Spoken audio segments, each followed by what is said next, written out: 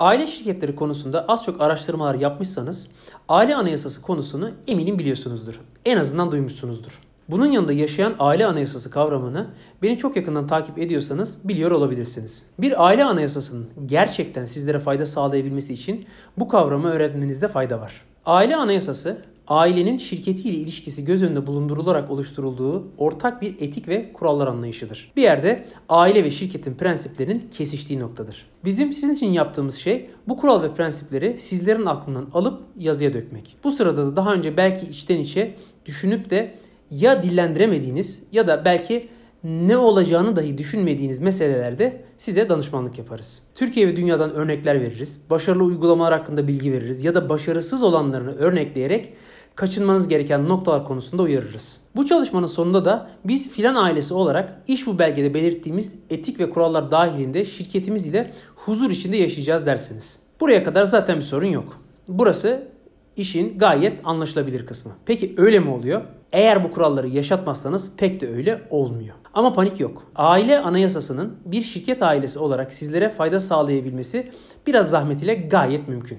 Ya da arzu ederseniz biz de sizi o noktaya taşırız. Zira aile anayasası ya da aile prensipleri dosyanız her ne kadar ailenin şirket mevcudiyeti ile birlikte huzur içinde yaşamanız için gerçekten son derece faydalı bir çalışma olsa da anayasayı yazdık tamam demeniz yetmez. Bu noktada o belgede yazan kuralları uyguladığınızdan emin olmanız gerekir. Biz buna yaşayan aile anayasası diyoruz. Aile anayasanız yaşamıyorsa sizin bir şirket ailesi olarak bu belgeden ailenize huzur getirmesini beklemeniz pek de mümkün değil. Aile anayasasındaki maddeleri zaman açısından iki başlıkta toplayabiliriz. Birincisi şimdiye kadar ne yaptığınız ve ne olduğunuz. İkincisi de şimdiden sonra ne yapacağınız, neye erişmek istediğiniz. Beni takip edenler bilir. Yazılarımda ve videolarımda aile anayasası aşamasına gelmiş aileler ile o aşamaya gelmeleri için çalışmalar yaptığımızı anlatırım. Kimi aileler için bir aile anayasası yazmadan önce yapılması gerekenler vardır. Aynı şekilde aile anayasası yazıldıktan sonra da bu yazdıklarımızı gerçekleştirdiğinizden emin olmazsanız bizim bir aile anayasamız var cümlesinin altı pek dolmaz. Aile şirketleriyle toplantılar yaparım. Tunç Bey biz bir aile anayasası çalışması yaptık ama ile başlayan cümleleri de arada duymuyor değilim. Ben de sorarım görebilir miyim anayasanızı diye. Tozlu raflardan bir anayasa çıkar bazen eğer onu da koydukları yeri unutmamışlarsa.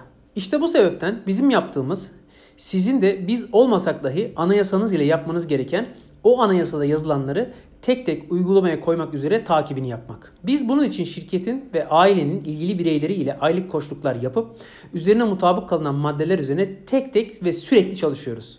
Bunun ismi yaşayan aile anayasası. Tabii bu çalışmayı bir aile şirketi danışmanı ile sürdürmeniz eğer kendiniz aile olarak siz o sürekliliği sağlayamayacağınızı düşünüyorsanız avantaj ve kolaylık. Ama bunun yapılması gerekiyor. Siz de anayasanızı hazırladıktan sonra bunun takibini yapabilirsiniz elbet. Lakin bir aile anayasasında ailenin yapması gerekenlerinin yanında ailenin şirketine karşı da bir takım vazifeleri mevcut. Sonra kurumsal yönetime geçişin bir takım gereklilikleri var. Anayasa maddesine biz şirketi bu şekilde yöneteceğiz demek zor değil ama bahsettiğiniz yönetim şeklini gerçekten uygulayacak mısınız? Bir de bunun haricinde aile konseyinizin toplantıları var. Kim toplayacak aileyi? Bunu periyodik olarak yapacak mısınız? Toplantıda ortaya gelmesi gereken konuları nasıl belirleyeceksiniz? Bunları nasıl tartışıp çözüme kavuşturacaksınız? Toplantıda moderatörünüz kim? Aile anayasasının yaşaması için bunların da yapılması kaçınılmaz. Neticede aile anayasasını yazmakla kalmayıp onu yaşatmanız gerekiyor. Bizimle ya da biz olmadan.